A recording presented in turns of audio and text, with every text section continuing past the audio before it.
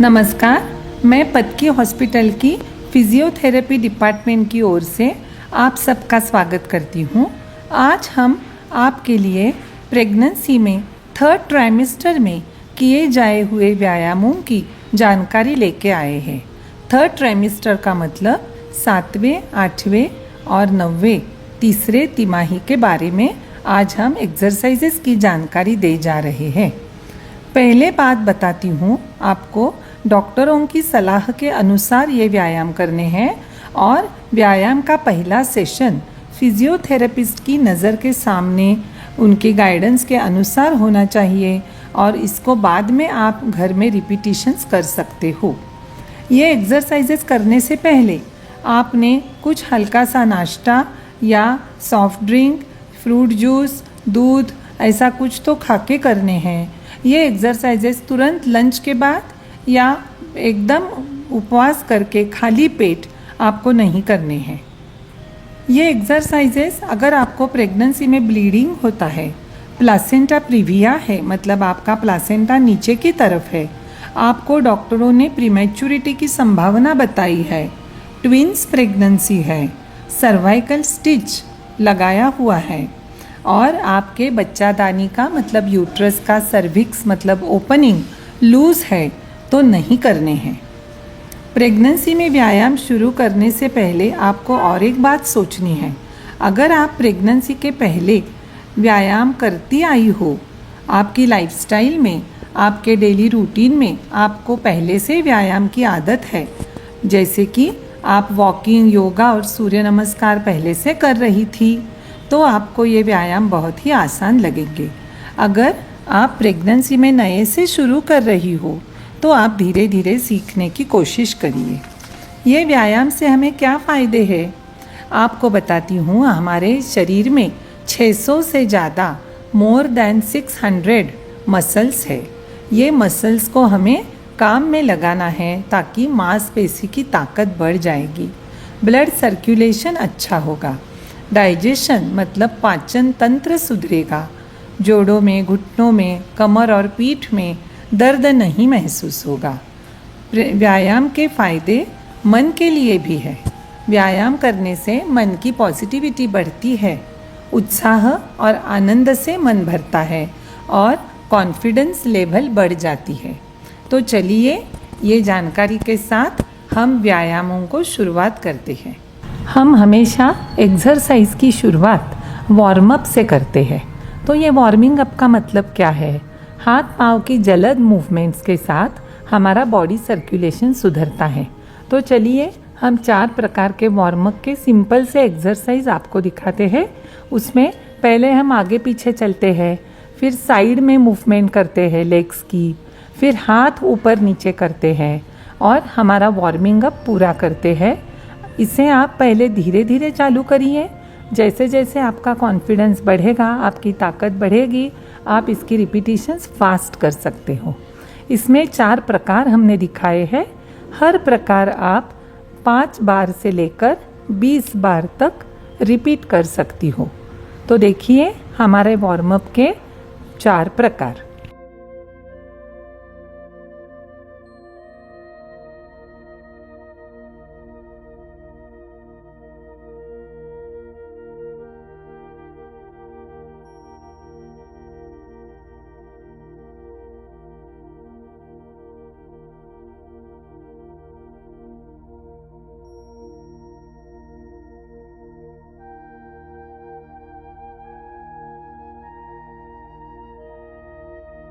अब हम आपको स्क्वैट्स के बारे में कुछ जानकारी देते हैं।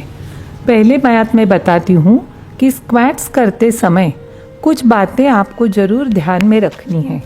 पहली बात, आपकी पीठ स्ट्रेट होनी चाहिए। आपको आगे पीछे या साइड को बिल्कुल नहीं झुकना है। 2 पैरों में उतना अंतर रखें जितना आपके 2 कंधों में है। और ब्रीदिंग का टेक्निक भी समझ लीजिए। स्क्वैट्स और लंजेस के टाइम आपको जब कभी ज़मीन से पाँव ऊपर उठ रहा है या ज़मीन से शरीर ऊपर उठ रहा है तो आपको सांस छोड़नी है, और जब ज़मीन की तरफ शरीर जा रहा है, हाथ हो, पाँव हो, हम ज़मीन की तरफ ले जा रहे हैं तो आपको सांस अंदर भरनी है। मतलब एंटी ग्रेविटी मूवमेंट के टाइम आपको सांस छोड़नी है और ग्रेविटेशनल के मूवमेंट के टाइम आपको सांस भरनी है। तो स्क्वैट्स के 4 प्रकारों में पहले प्रकार में हम पाँव सीधे रखते हैं और हम स्क्वैट्स करते हैं। चाहे तो आप हाथ कमर पे रखिए या सामने एक दूसरे में जोड़ के रखिए। तो ये हो गया स्क्वैट्स का पहला प्रकार। अब स्क्वैट्स के दूसरे प्रकार में हम पाँव आजू बाजू और फैलाते हैं। इसे वाइड स्क्वैट्स बोलते हैं। इसमें 2 पाँव में का अंतर 2 कंधों में के अंतर से डबल होगा और आपके पाँव के टोज बाहर की तरफ घूमेंगे। अब पहले जैसे ही आपको स्क्वैट्स बनाने हैं। ये स्क्वैट्स करते समय आपकी शरीर के ताकत के अनुसार आप चाहे तो 5 बार से शुरू करिए और 20 बार तक बढ़ा सकते हो। तीसरा प्रकार स्क्वैट्स का है चेयर की मदद लेके। अगर आप स्क्वैट्स करते समय थक रही हो, बैलेंस नहीं हो रहा ठीक से, तो आप बाजू में चेयर रखे हुए उसके ऊपर एक हाथ रखकर आप स्क्वैटिंग कर सकते हो। चौथा स्क्वैट्स का प्रकार है वॉल का सपोर्ट लेके। वॉल का सपोर्ट जब हम लेते हैं स्क्वैट्स के लिए तो हमारे दोनों पाँव वॉल के आगे 1 फुट तक आएंगे, 1 फुट तक। फिर पाँव में का अंतर 2 कंधों समान होगा।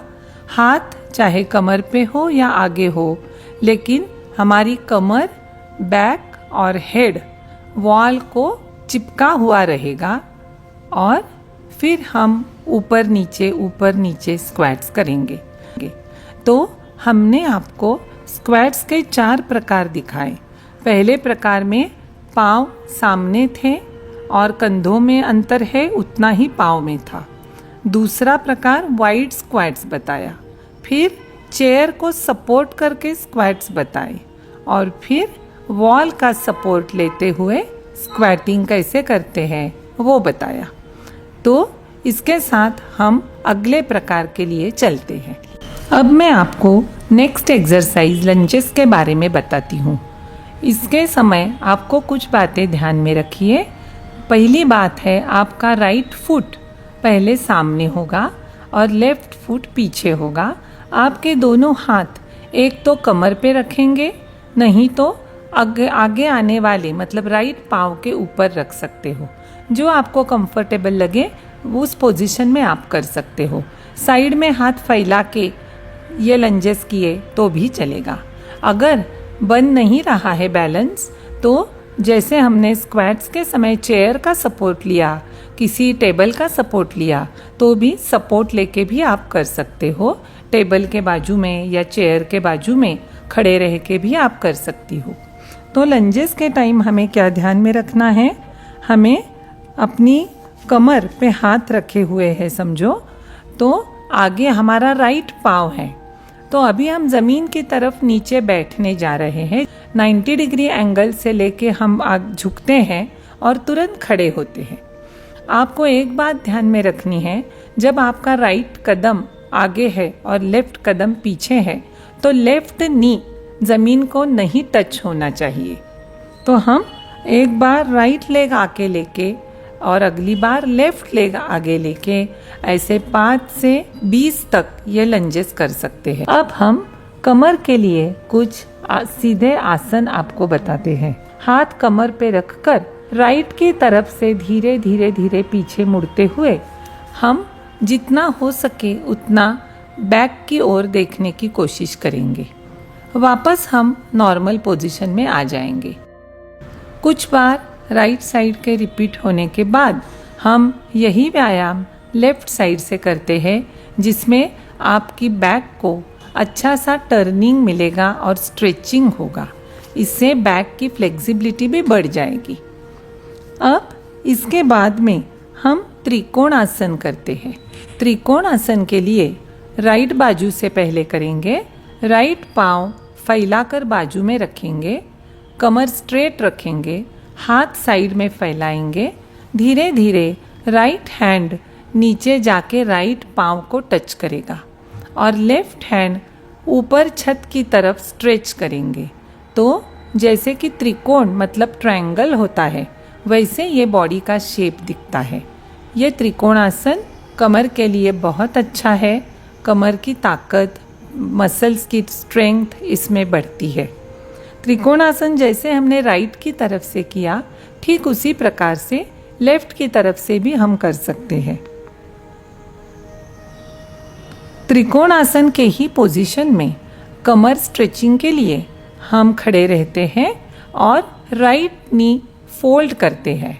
राइट नी पे अपना राइट एल्बो रखते हैं और सपोर्ट लेते हैं और लेफ्ट हाथ उठाकर गोल घुमाकर पूरा सिर के ऊपर ले जाते हैं और लेफ्ट हाथ लेफ्ट कान को, लेफ्ट ईयर को टच करते हैं।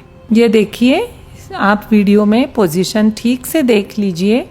आपको यही आसन लेफ्ट बाजू पे करते समय लेफ्ट पाँव बाहर की तरफ जाएगा, उसके ऊपर लेफ्ट एल्बो रख देंगे, सपोर्ट लेंगे।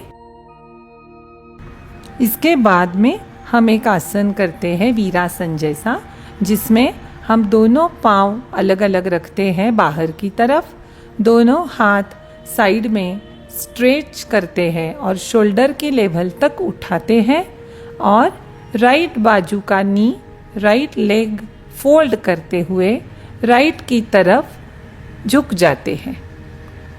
उसी अवस्था में कुछ सेकंड रहकर बाद में नॉर्मल पोजीशन को आते हैं। ठीक उसी प्रकार आप लेफ्ट बाजू से भी लेफ्ट नी फोल्ड करते हुए, लेफ्ट की तरफ हाथ स्ट्रेट करते हुए, लेफ्ट की तरफ कमर स्ट्रेच कर सकती हो। प्रेगनेंसी में बहुत बार छठे महीने के बाद में पेशेंट्स लोग कमर दर्द की समस्या अनुभव करते हैं।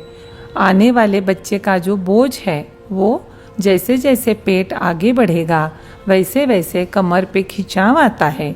इसका दर्द महसूस न हो, इसलिए कमर के मसल्स स्ट्रॉन्ग बनाना ज़रूरी होता है।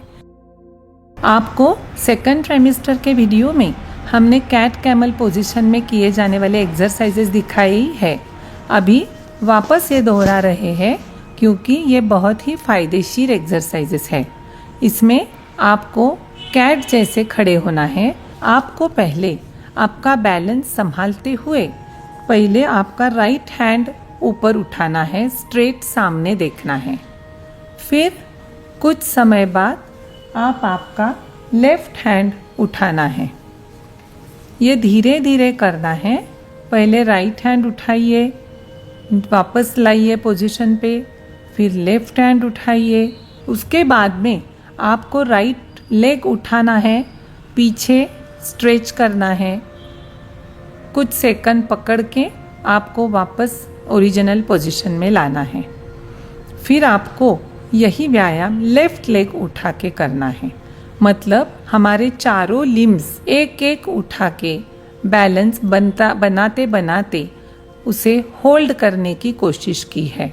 इसके बाद आपका राइट हैंड और लेफ्ट लेग मतलब अपोजिट लिम्स स्ट्रेच करके ज़मीन पे रखिए। अगर आपका बैलेंस बन रहा है तो राइट हैंड और लेफ्ट लेग ज़मीन से ऊपर उठाइए शोल्डर की लेवल तक।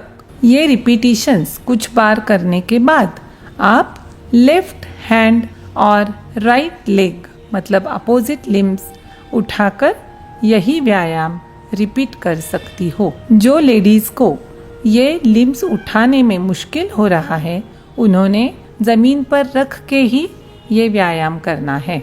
इसके बाद में हाथों को अब नहीं हिलाना है और हमारा पाँव नी में फोल्ड करके हम हवा में उठाएंगे 90 डिग्रीज तक।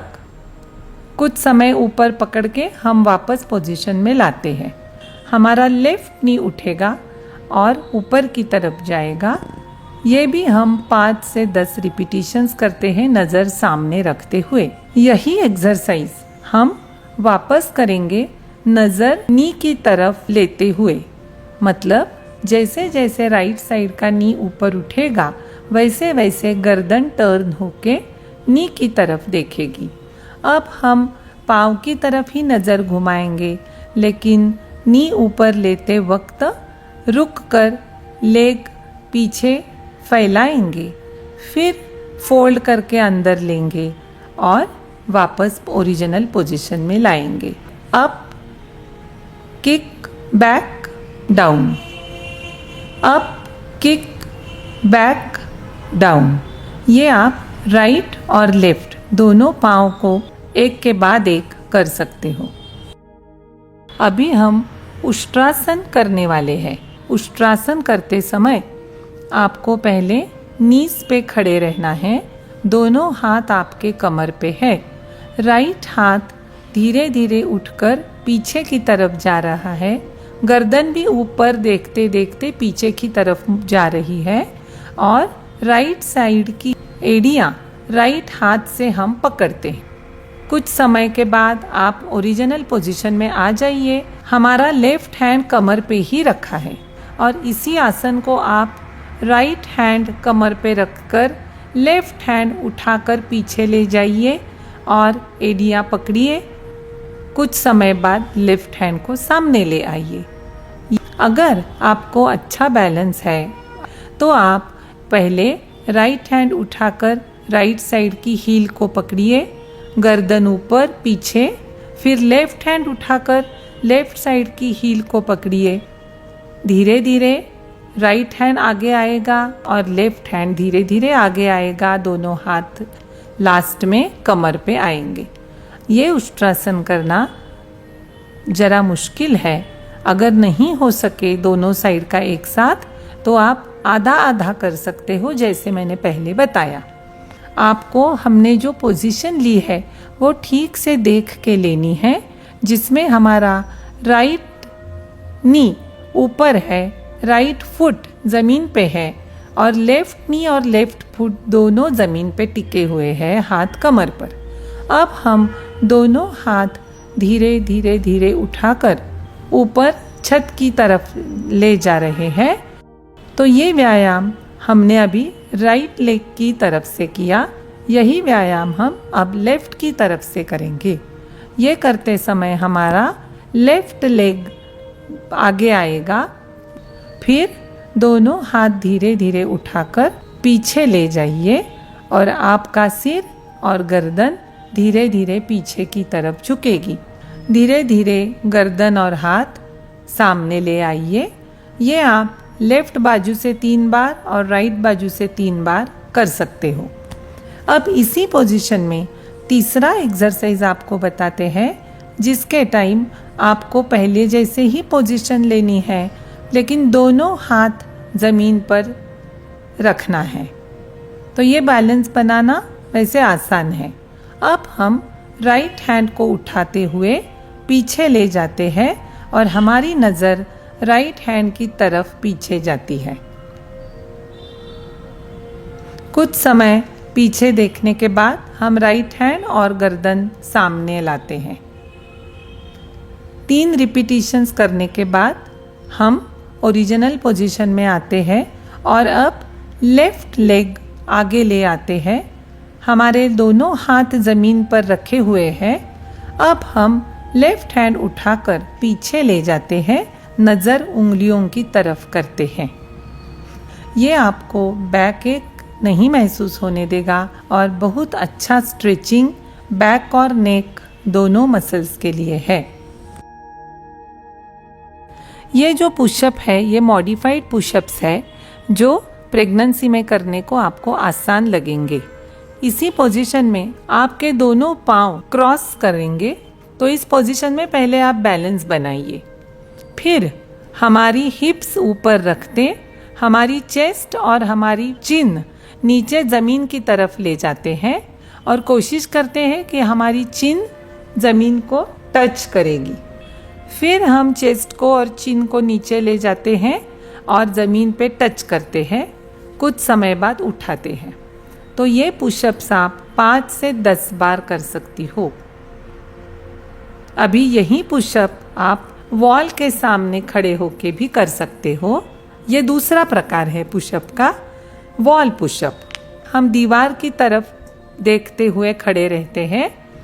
हमारे पाँव में और दीवार में 1 फुट का अंतर होगा। जितना कंधों में अंतर है उतना पाँव में रखते हैं। हमारे दोनों हाथ दीवार को टच करते हैं। अब हम अपनी चिन को, अपने फेस को दीवार की तरफ ले जाते हैं और दीवार को टच करते हैं। फिर हम वॉल से पीछे हट जाते हैं, वापस वॉल की तरफ जाते हैं, वापस पीछे आते हैं। इसके बाद हम आपको स्क्वैटिंग के बारे में बताते हैं, जिसमें हमें नीज फोल्ड करते हुए, पाँव आजू बाजू रखते हुए, अपना पेट 2 पाँव के बीच रखते हुए, पीठ स्ट्रेट रखते हुए, हमारे हाथ या तो नीज पे होंगे या तो कमर पर होंगे या बाजू में ज़मीन पर रखे हुए होंगे। तो ये स्क्वैटिंग पोजीशन बहुत ही नेचुरल पोजीशन है। पहले ज़माने में औरत लोग बैठ के फर्शी पोंछते थे, तो ये पोजीशन नेचुरली हो जाती थी। ये पोजीशन पेल्विक वाइडनिंग के लिए उपयुक्त है।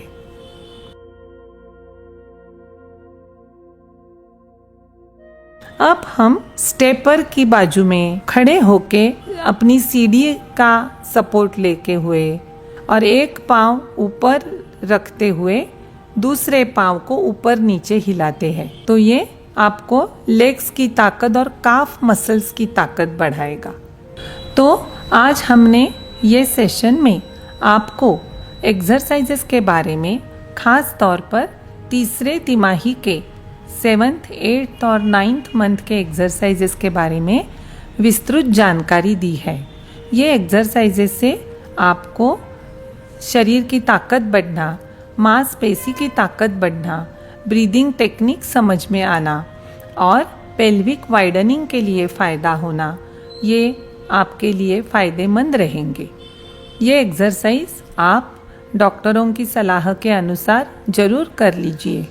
हम उम्मीद रखते हैं कि ये वीडियो दर्शकों के लिए फ़ायदेमंद रहा है। धन्यवाद।